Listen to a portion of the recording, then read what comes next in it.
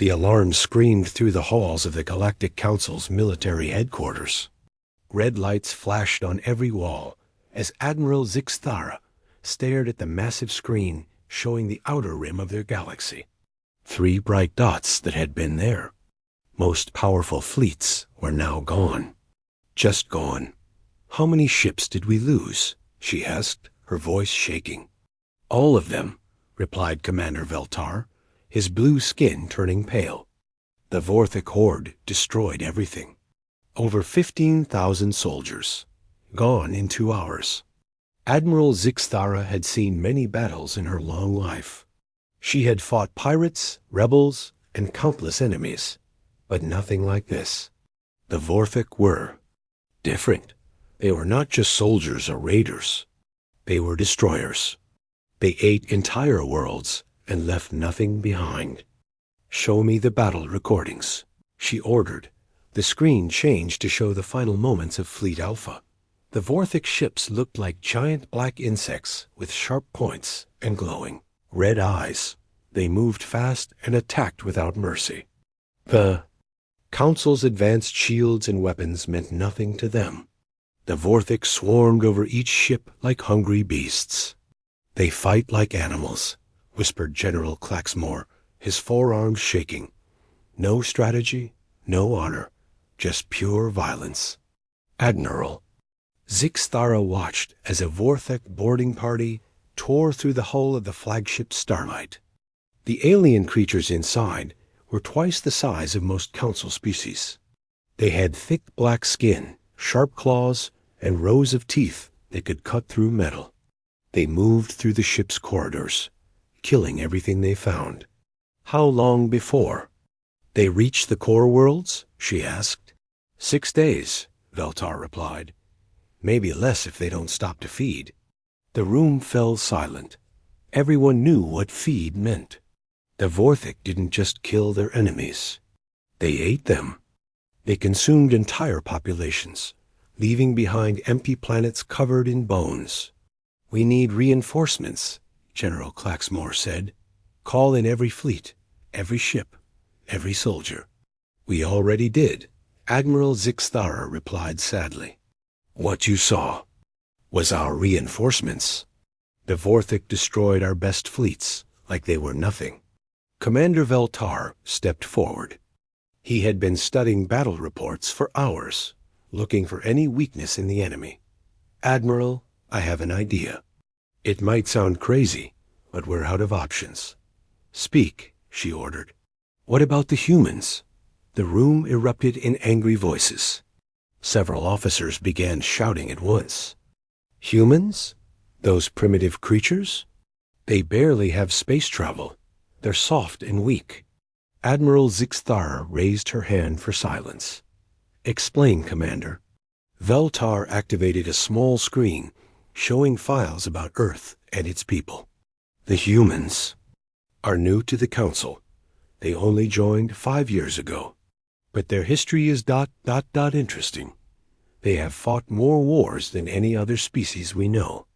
They have been fighting each other for thousands of years. That proves they're savage." General Claxmore growled. "Or experienced," Veltar replied. "Look at these records. The humans have survived ice ages, plagues, world wars, and disasters that would destroy most species. They adapt, they survive. They fight when they have no hope of winning." "Admiral." Zixthara studied the human files.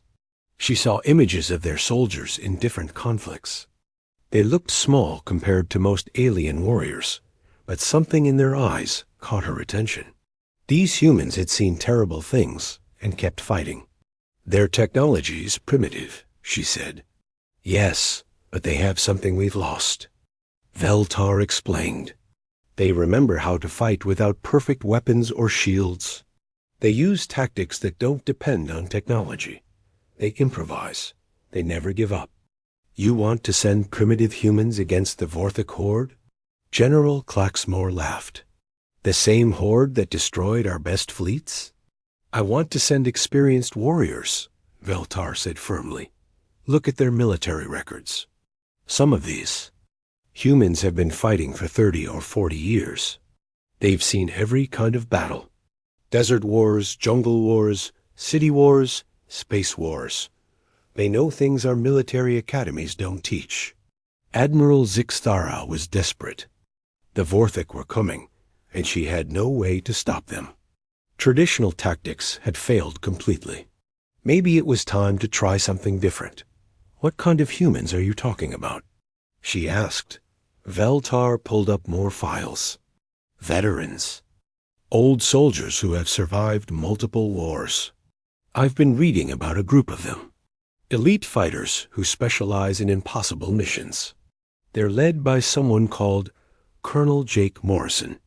The screen showed a human male with gray hair and scars on his face. His eyes were cold and hard. The file said he had fought in 7 different wars and had never lost a battle. He looks old, General Claxmore observed. He looks experienced, Admiral Zixthara corrected. What about his second in command? Lieutenant Colonel Lisa Grant. Veltar replied, showing another file. Tactical genius. She once defeated an army of 50,000 with only 500 soldiers. The humans call her the Stormbringer because she strikes like lightning where enemies least expect it. Admiral Zixthara made her decision. She had nothing left to lose. The Vorthik were coming whether she asked for help or not.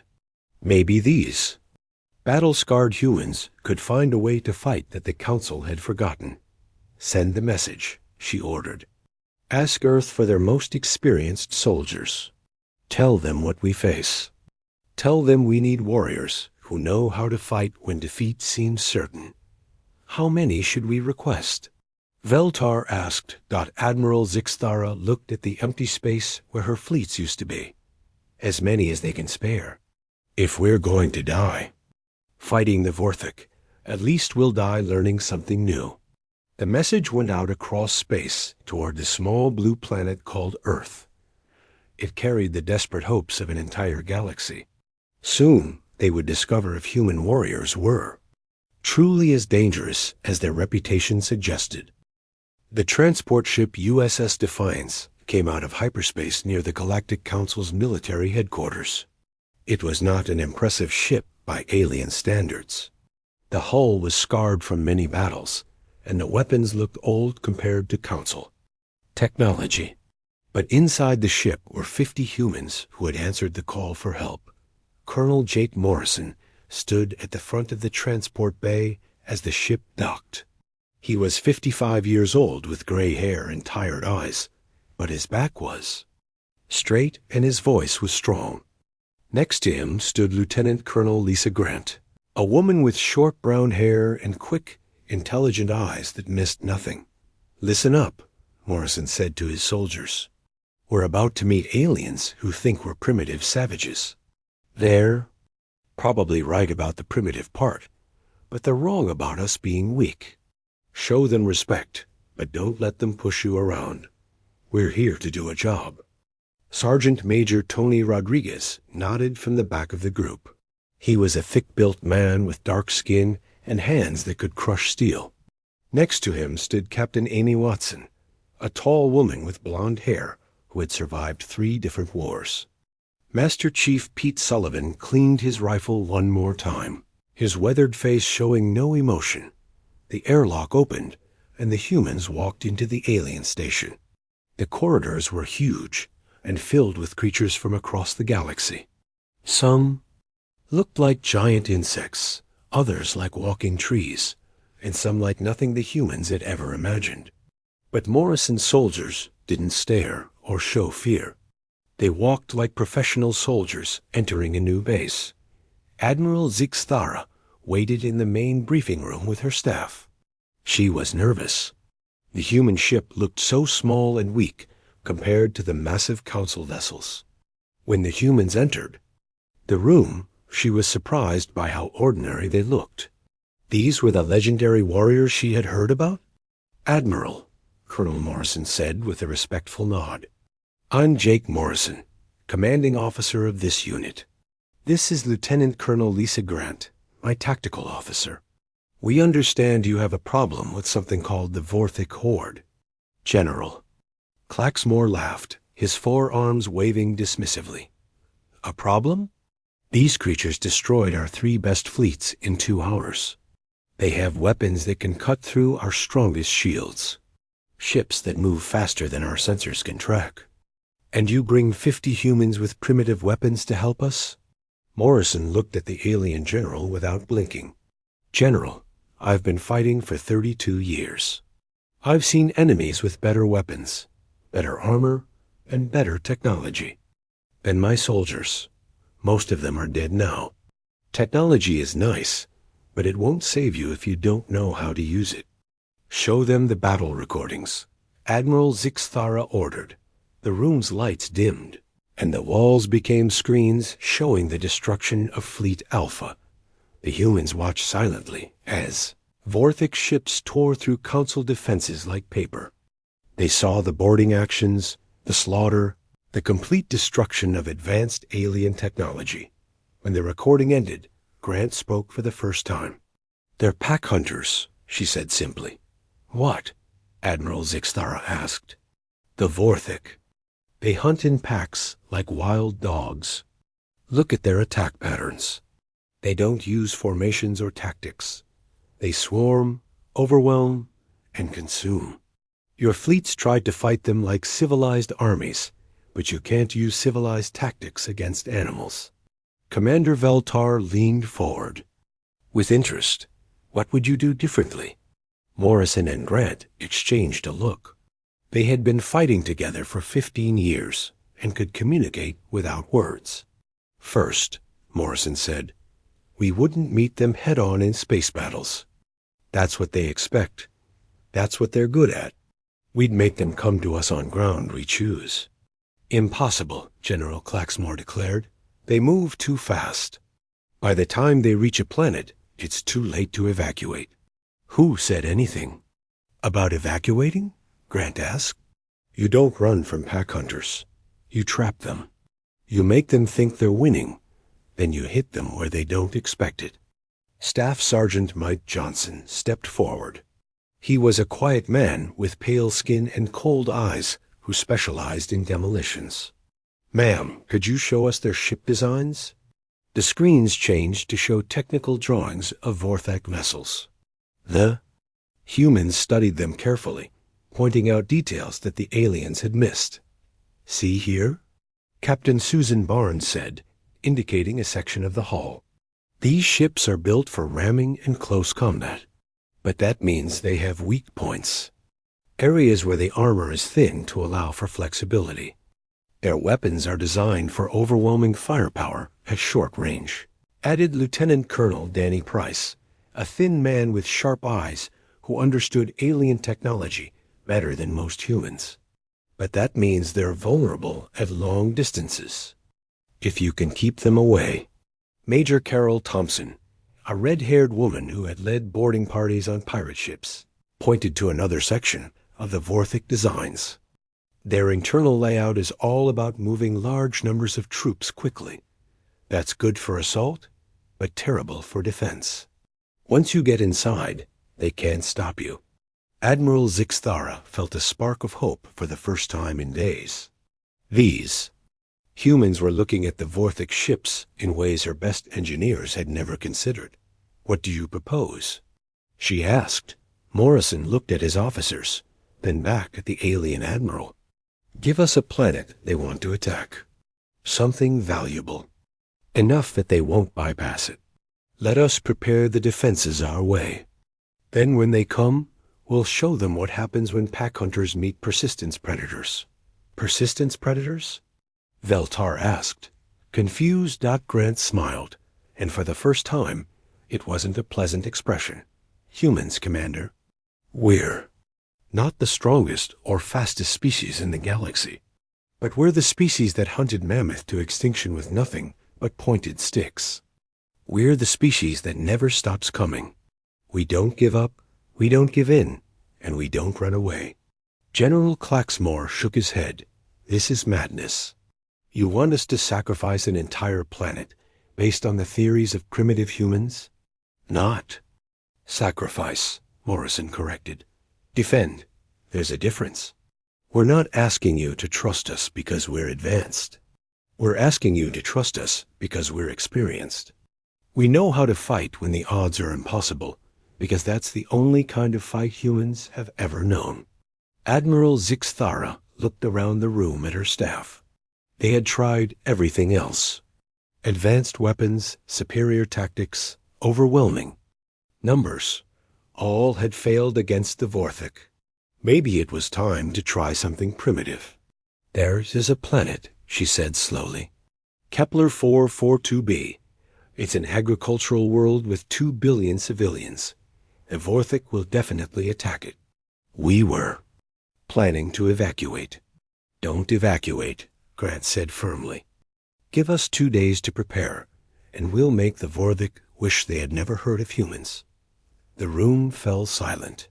Admiral Zixthara knew she was about to make a decision that would either save the galaxy or doom an entire world. She looked at the scarred faces of the human soldiers and saw something she hadn't seen in Council forces for years. Absolute confidence. Very well, she said. Kepler 442b is yours to defend. God help us all. Kepler 442b was a beautiful world covered in golden wheat fields and green forests. 2 billion people lived in cities scattered across 3 continents. They grew food they fed dozens of other planets in the galaxy. Now the Vorthik horde was coming to consume everything. Colonel Morrison stood on a hill overlooking the main city of New Geneva. His soldiers were spread across the planet, turning a peaceful farming world into a battlefield. They had exactly 48 hours before the enemy arrived. Status report, he called into his radio. Demolitions teams are in position, replied Staff Sergeant Mike Johnson. He and his men had spent 2 days placing explosives in bridges, tunnels, and key buildings. When those bugs come down to feed, they're going to get a surprise. Captain Amy Watson's voice crackled through the radio next. Civilian evacuation is complete in sectors 7 through 12. The locals weren't happy about leaving their homes, but they understood when we explained what was coming. Morrison nodded.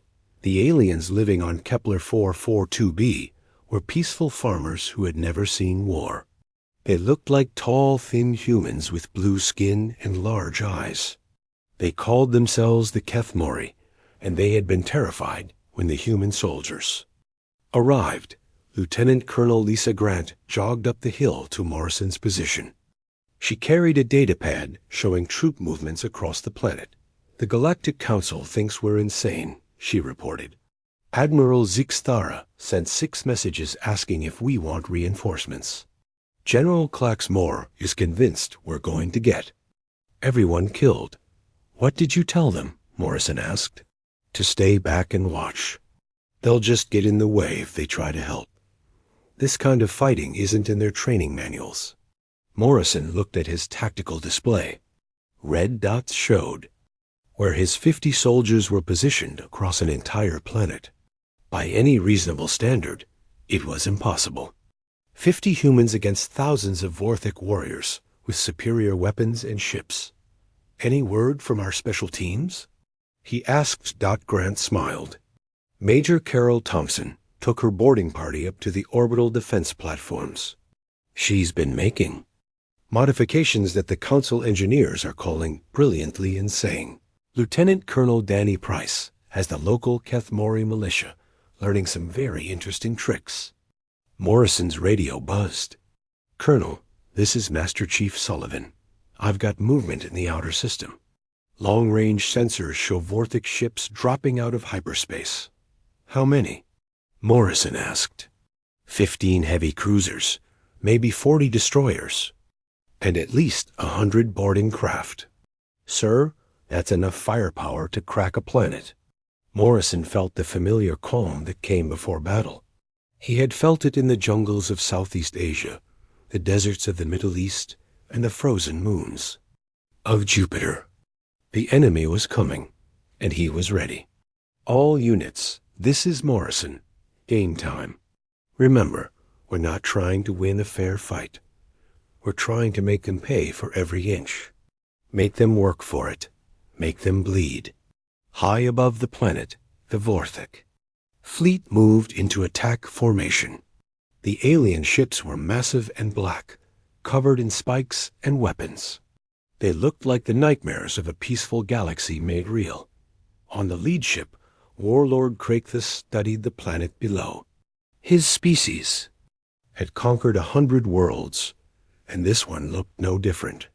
Green, soft, full of food. The intelligence reports mentioned human soldiers, but Kraithus wasn't worried. Humans were small and weak.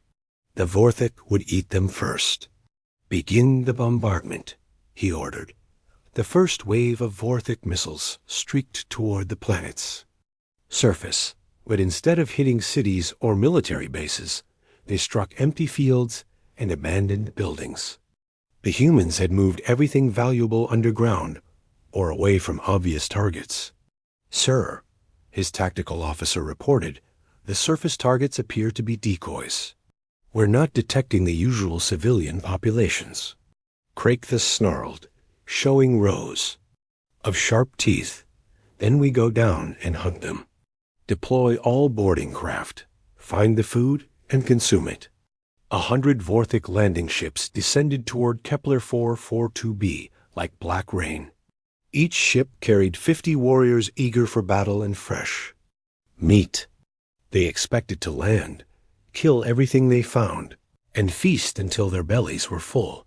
The first landing ships touched down in what looked like the perfect spot, a wide valley near a major city. The Vorthik warriors poured out of their ships, roaring battle cries and searching for prey.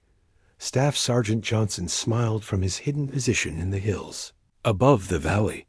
He had spent 2 days turning that valley into a death trap.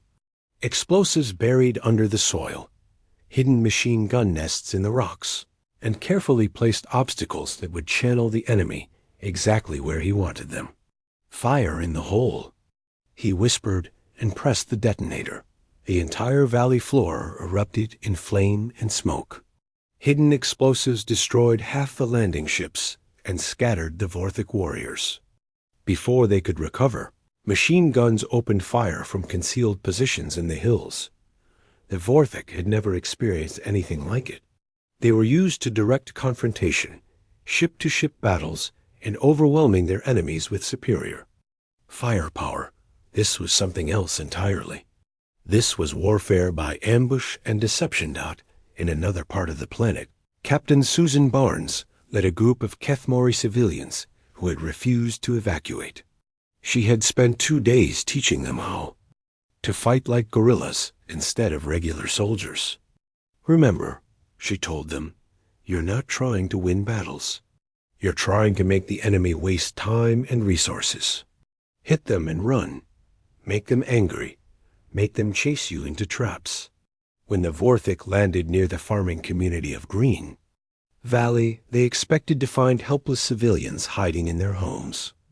Instead, they found abandoned buildings rigged with explosives and sniper fire from unexpected directions. Young Kethmori farmer named Velkara crouched in a hidden position with a modified hunting rifle. 2 days ago, she had never fired weapon in anger. Now she was picking off Vorthik warriors with precision shots that would have impressed any human sniper. Nice shooting, Barnes said over the radio. Now move to position 3 before they find you.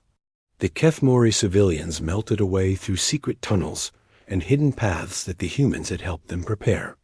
The Vorthik warriors roared in frustration as their prey disappeared like ghosts.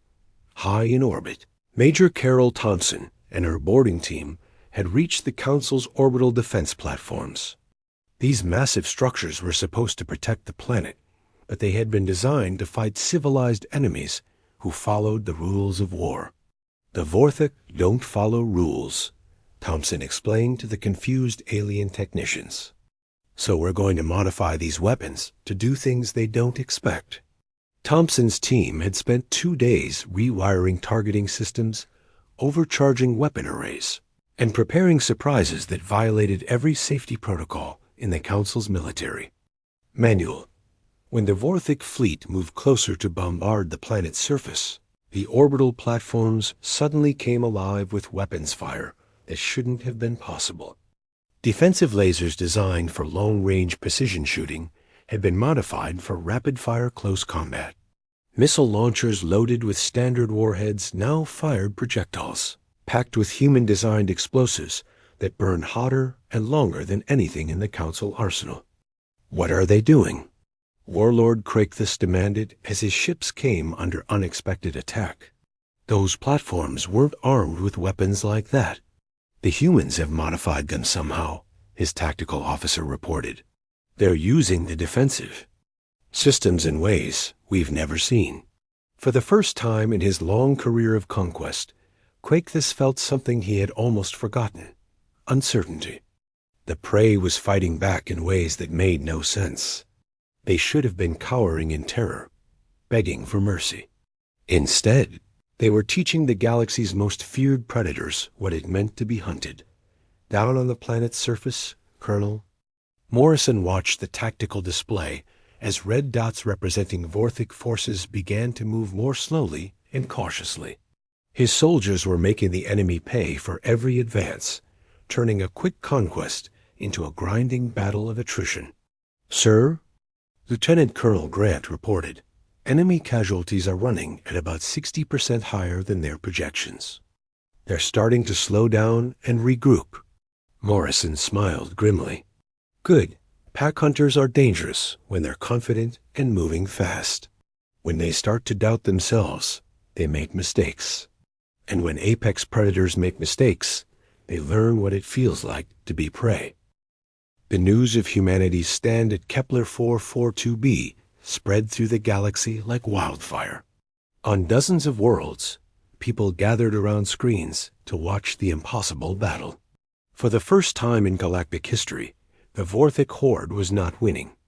Easily, Admiral Zixthara stood in the Council's command center, watching the tactical displays with amazement. The red dots representing Vorthic forces had been moving steadily across the planet's surface for 6 hours. But instead of the usual rapid conquest, they were crawling forward like wounded animals. "Status report," she ordered. Commander Veltar checked his instruments. "The Vorthic have lost 43 ships and approximately 3,000 ground troops. Human casualties are 17 wounded, 0 dead." "That's impossible," General Claxmore protested. 50 humans cannot fight off 15,000 Vorthic warriors." "Apparently they can," Admiral Zixthara replied, never taking her eyes off the screen. "The question is how." The answer was playing out across Kepler 442b in ways that no military academy had ever taught. Colonel Morrison's soldiers were not fighting the Vorthic in traditional battles. They were hunting them with methods learned from humanity's long and violent history. Captain Rick Nelson crouched in the ruins of what had once been a grain storage facility. He led a 12-man commando team that specialized in impossible missions. For the past 4 hours, they had been moving through Vorthic-controlled territory like ghosts. "Target acquired," whispered Corporal Steve Parker, peering through his scope at a Vorthic command post. 3 senior officers, maybe 20 guards. Nelson studied the enemy position through his binoculars. The Vorthic had set up their command. Center in the middle of an open square, protected by their portable shields and heavy weapons. It looked impregnable to anyone using standard assault tactics. But Rick Nelson hadn't learned his tactics from military manuals. He had learned them in the slums of Detroit, the mountains of Afghanistan, and the space stations of the outer colonies. He knew that every fortress had a weakness if you were willing to look for it. "Parker, take Johnson and Martinez. Get into the sewers under that square. Thompson, Williams, you're with me. We're going through the buildings on the north side. Everyone else, create a distraction on the south side in exactly 10 minutes. The Vorthic guards were watching for direct attacks from ground level. They never thought to check the storm drains beneath their feet or the abandoned apartments above. Their heads. When Nelson's team struck, it was from 3 directions at once. The command post was destroyed before the guards understood what had happened. Warlord Krakthus received the news of another lost command post with growing anger. This was not how conquests were supposed to work.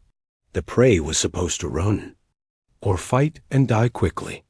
They were not supposed to disappear and reappear like phantoms, striking where they were least expected. Find them, he snarled to his subordinates.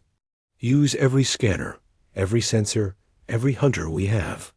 These humans are making us look weak in front of the galaxy. But the humans had learned long ago how to hide from enemies with superior technology. Major Jennifer Lopez led a battalion-sized group of Kethmori civilians who had been transformed into an effective resistance force. They moved through hidden tunnels, used local knowledge of the terrain, and struck at Vorthik supply lines with devastating effect. The key, Lopez explained to her alien students, is to make them paranoid. Every shadow could hide an enemy. Every building could contain a trap. Every step could be their last. When predators become afraid of their prey, they stop acting like predators. The psychological warfare was working. Vorthik warriors who had conquered dozens of worlds without fear now moved cautiously through the streets of Kepler 442b's cities. They jumped at shadows and fired at empty buildings. The legendary Vorthik battle fury was cooling into something their species had rarely experienced. Doubt. High above the planet, the space battle was turning into something equally unprecedented. Major Carol Thompson had done more than modify the orbital defense platforms. She had turned them into weapons of war that followed no known tactical doctrine. Incoming Vorthik assault ships, reported Lieutenant Kevin Hayes from Platform 7. 12 heavy fighters moving in attack formation. Copy. That, Thompson replied from the command platform. Execute Pattern Delta. Pattern Delta was something Thompson had learned from ancient human naval battles. Instead of meeting the enemy head-on, the platforms suddenly went dark. The Vorthik pilots flew into what they thought was empty space, only to find themselves surrounded by platforms that had been pretending to be disabled. The modified weapons opened fire at point-blank range. Defensive lasers meant for long-distance precision work became devastating close combat weapons. The Vorthik fighters were destroyed before their pilots understood what had happened. Impossible, breathed Warlord Krakthus as he watched his elite pilots disappear from his tactical screen. How are they doing this? His tactical officer was studying the human combat patterns with growing unease. Sir, I think they're not fighting like soldiers. They're fighting like like hunters. We are the hunters, Krakthus roared. We have always been the hunters. Not anymore, his officer replied quietly down on the planet's surface. The truth of those words was becoming clear. Lieutenant Colonel Danny Price had taken a different approach to the battle. Instead of fighting the Vorthik directly, he had focused on capturing their technology and turning it against them. Status report on the captured ships, Colonel Morrison called over the radio. We've got 3 Vorthik destroyers under human control, Price replied. The alien crews fought hard, but they weren't expecting boarding parties that used their own ship layouts against them. These vessels are now broadcasting human battle cries on all Vorthik frequencies. The psychological impact was devastating. Vorthik warriors across the planet could hear human voices screaming war songs through their own communication systems. The voices spoke of battles on distant worlds, of enemies that had fallen before human determination, of a species that had never learned when to give up. Captain Nancy Robinson had discovered that humans had one advantage no other species possessed. They were loud. While most galactic civilizations fought their wars quietly and efficiently, humans had learned that noise could be a weapon. Crank up the volume, she ordered her communications team. They were broadcasting everything from human military marches to death metal music across every frequency the Vorthik used. "I want those bugs to hear us in their nightmares." The cacophony of human battle sounds was driving the Vorthik warriors to distraction. They were used to the silence of space combat and the disciplined communications of civilized armies. The constant noise of human war-making was something their psychology couldn't handle. Warlord Krakthus found himself in a situation no Vorthik commander had ever faced. He was losing a battle to an inferior enemy. The humans had destroyed a third of his fleet, killed thousands of his warriors, and turned what should have been a quick feast into a grinding nightmare. "Perhaps we should withdraw," suggested his second-in-command. "Regroup and attack elsewhere." Krakthus turned on him with murder in his eyes. "The Vorthik do not retreat. We do not run from prey." But even as he spoke the words, he knew they were no longer true. The humans had done something that no enemy had ever accomplished. They had made the galaxy's most feared predators afraid. On the surface of Kepler 442b, Colonel Morrison stood on the same hill where he had started the battle. His 50 soldiers had held off an army 15,000 strong for 8 hours. They had turned a peaceful farming world into a graveyard for the enemies of civilization. "Sir," Lieutenant Colonel Grant reported, "long-range sensors show Galactic Council fleets moving into the system." "Looks like they decided to join the party after all." Morrison smiled. "Too late to help, but just in time to watch the finish. Signal all units. Time for the final act." Across the planet, human soldiers prepared for the coordinated assault that would end the Battle of Kepler 442b. They had shown the galaxy that experience and determination could triumph over superior technology. Now they would prove that humans were not just survivors, they were winners. The final phase of the Battle of Kepler 442b began at dawn on the third day. Colonel Morrison stood on his command hill, watching the sunrise paint the sky orange and gold. Across the planet, his soldiers were in position for the operation that would either crush the Vorthik horde or see humanity's first major defeat in the galactic wars. "All units, this is Morrison. Execute Thunder Run. Show them what happens when humans stop playing defense." Lieutenant Colonel Lisa Grant had spent the past 24 hours planning the most complex military operation in human history. Instead of continuing the guerrilla warfare that had frustrated the Vorthik, the humans were about to demonstrate why their species had conquered their own world so completely. "Phase 1 is go," she announced over the radio. "All teams converge on target zones. Remember, we're not just fighting for victory, we're fighting for respect." Captain Rick Nelson's commando team emerged from the underground tunnels where they had been hiding. For 3 days, they had struck at Vorthik forces like ghosts in the night. Now they moved in broad daylight, attacking enemy positions with the coordinated precision of a military machine that had been fighting wars for thousands of years. The Vorthik warriors were confused by the sudden change in tactics. The humans had been invisible and unpredictable for days. Now they were visible and moving in formation like a traditional army. But there was nothing traditional about their methods. Staff Sergeant Mike Johnson's demolitions teams had spent 3 days placing explosives throughout the Vorthik-controlled areas. Now those charges detonated in a carefully timed sequence that cut off enemy retreat routes and channeled the surviving Vorthik forces into carefully prepared kill zones. "Beautiful," whispered Major Jennifer Lopez as she watched Vorthik troops stumble directly into the trap her human-trained Kethmori fighters had prepared.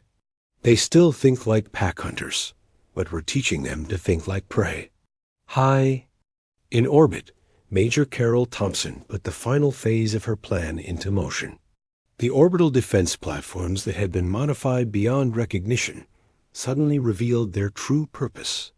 They were not just weapons, they were the components of a massive orbital bombardment system that could strike with surgical precision. "Target the Vorthik flagship," Thompson ordered. "Full power. Show them what human engineering can do when we stop being polite. The combined firepower of 6 orbital platforms focused on Warlord Kraithus' command ship. The vessel's shields, which had withstood the best weapons in the Galactic Council's arsenal, collapsed under the concentrated assault of human-modified alien technology. On the bridge of his dying ship, Warlord Kraithus felt something his species had never experienced. In their long history of conquest, defeat at the hands of a supposedly inferior enemy.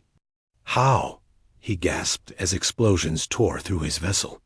How did soft little creatures like humans destroy the mighty Vorthik? His tactical officer, bleeding from multiple wounds, managed to give him an answer. Because they fight like they have. Nothing to lose and everything to prove. The destruction of the Vorthik flagship sent shockwaves through the remaining enemy forces.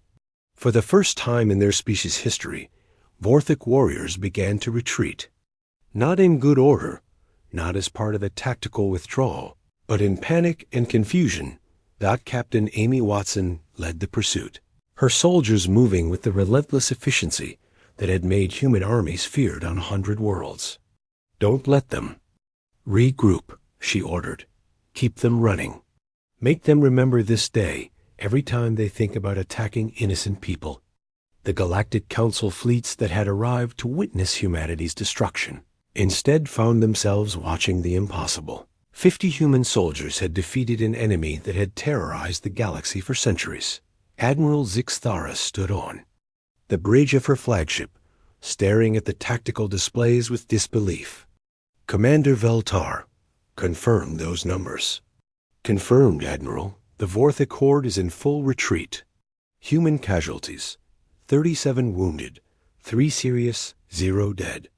Vorthik casualties, over 8,000 dead, 23 ships destroyed, and their entire command structure eliminated.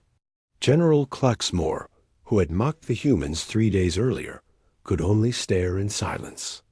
Everything he had learned about warfare in his long military career had been proven wrong by a handful of primitive humans with outdated weapons and impossible courage.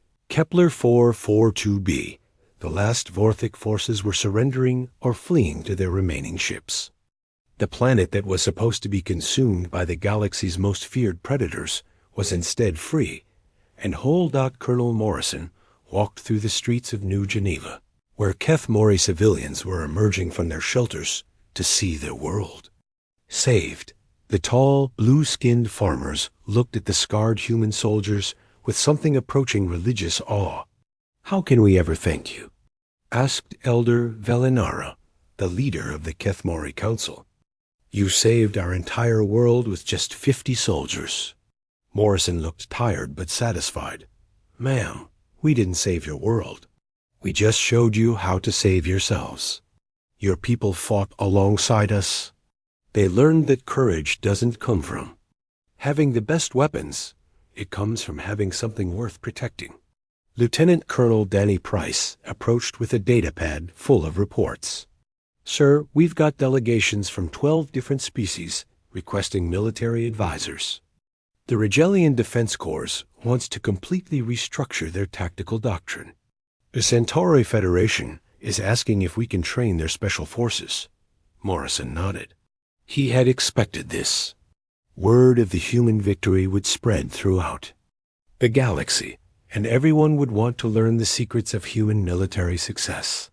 The problem was that there were no secrets-only experience, determination, and the willingness to fight when victory seemed impossible. "What about the Vorthik?" he asked. "The surviving ships jumped to hyperspace 6 hours ago," Price reported. "Long-range scouts indicate they're heading back to the outer rim. Intelligence suggests they're confused by what happened here." Morrison almost smiled at that. The Vorthik had spent centuries believing they were the ultimate predators in the galaxy. Now they knew better. There were predators, and there were humans, and humans were something else entirely. 3 days later, Colonel Morrison found himself standing in the Great Hall of the Galactic Council, surrounded by representatives from hundreds of worlds. Admiral Zixthara had called a special session to honor the human defenders of Kepler 442b. "Colonel Morrison," she began, her voice carrying to every corner of the vast chamber, "your actions have changed the course of galactic history. The Vorthic horde, which had never been defeated in battle, has retreated beyond the outer rim for the first time in recorded history." The chamber erupted in applause from dozens of different species. Morrison stood at attention, uncomfortable with the attention, but proud of his soldiers. "The Galactic Council hereby promotes you to the rank of general and appoints you as the first human military advisor to the Council Defense Forces." Admiral Zixthara continued. "Lieutenant Colonel Grant will become our new Director of Tactical Innovation, tasked with establishing the first interspecies military academy." General Claxmore stepped forward, his forearms spread in the Regellian gesture of respect. "General Morrison, I owe you an apology. I thought humans were primitive savages. I was wrong. You are primitive, perhaps, but you are also the most effective warriors this galaxy has ever seen." Morrison accepted the backhanded compliment with grace. "General Claxmore, we are primitive. We still fight with gunpowder and steel, while you have energy weapons and force shields.